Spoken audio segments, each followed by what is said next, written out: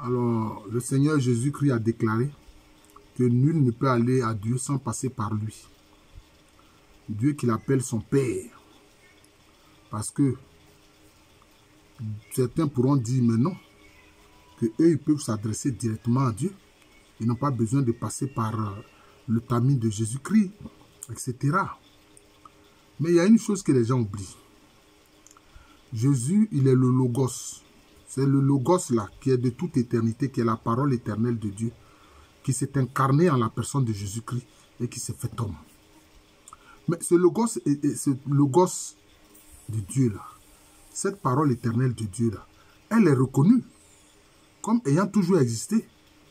Parce que si le Logos est la parole, cela veut dire que celui que Jésus appelle le Père est la pensée. Et le Saint-Esprit est l'action de Dieu. Concernant la divinité, la pensée, la parole et l'action sont des personnes. C'est ça qu'il faut comprendre. Maintenant, ce Logos éternel de Dieu, cette parole éternelle de Dieu là, comment les musulmans l'appellent? Ils l'appellent Al-Insan Al-Kamil. Faites vos recherches, Al-Insan Al-Kamil. C'est la parole éternelle. Ils traduisent aussi par l'homme universel. Mais chez les Juifs, cet homme universel, cette parole éternelle de Dieu, comment il l'appelle? Il l'appelle Adam Kadmon, qu'il différencie très bien de l'Adam Argishon, qui est l'Adam de la chute. Jésus-Christ, il est le Christ, c'est-à-dire qu'il est cette parole éternelle de Dieu. Et il dit bien que c'est par cette parole éternelle de Dieu que lui, il est, qu'il faut passer pour aller à Dieu. Si tu ne passes pas par lui, lui qui est la parole éternelle de Dieu incarnée, tu ne peux pas aller à Dieu. Pourquoi? Ça se comprend.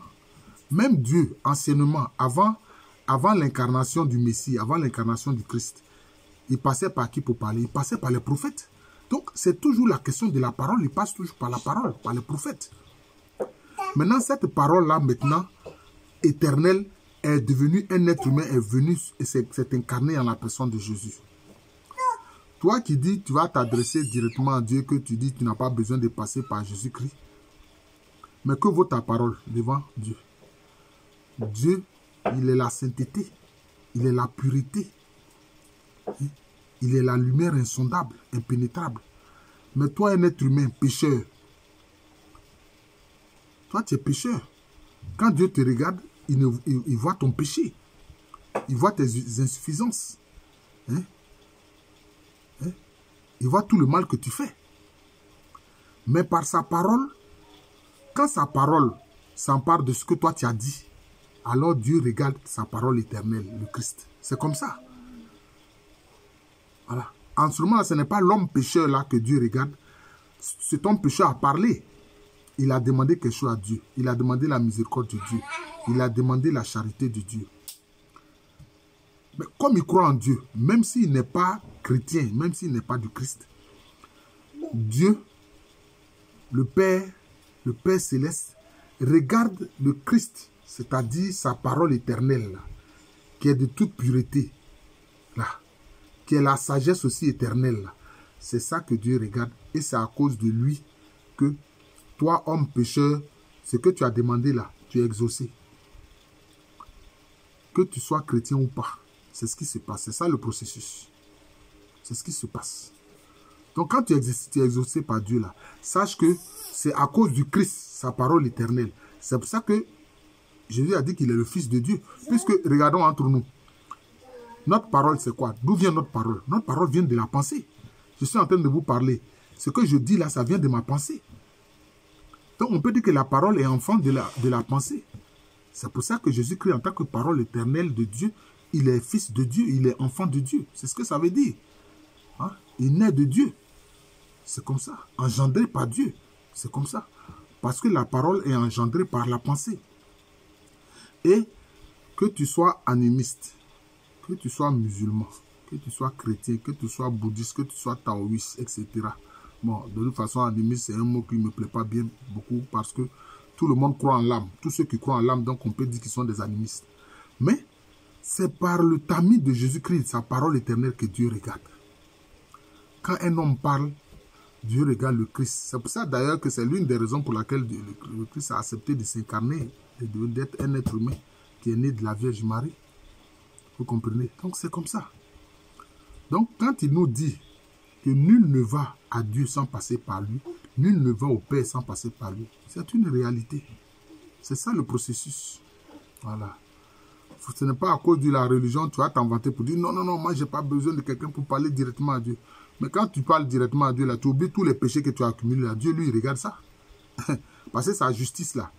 Il est assis sur son trône. Et dans son trône là, il y a l'amour, il y a la justice aussi. Donc, il regarde tous tes méfaits. À cause de tes méfaits, il ne va pas t'exaucer. Mais il regarde le Christ, qui est sa parole éternelle. Par qui toi, ta petite parole la passe. Parce que lui, il est la grande parole. Il est la parole de Dieu. C'est comme ça. C'est comme ça alors que tu es exaucé, que tu le saches ou que tu ne le saches pas. Donc, comprenez bien. Voilà, quand vous priez là, ça passe par le terme de la parole de Dieu, Jésus-Christ, pour que vous soyez exaucés. Et son amour est tel que il ne fait pas de distinction entre ceux qui lui appartiennent, qui sont du Christ, et ceux qui sont de la loi. Ceux qui ne sont pas du Christ, ils sont de la loi. Voilà. Je reste tranquille, il ne faut pas toucher mes livres là.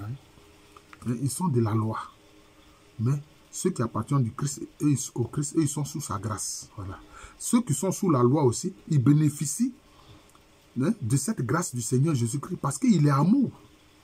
Parce qu'il est amour. Voilà. Donc, sachez une chose. Nul ne peut aller à Dieu sans passer par Jésus-Christ, qui est sa parole éternelle.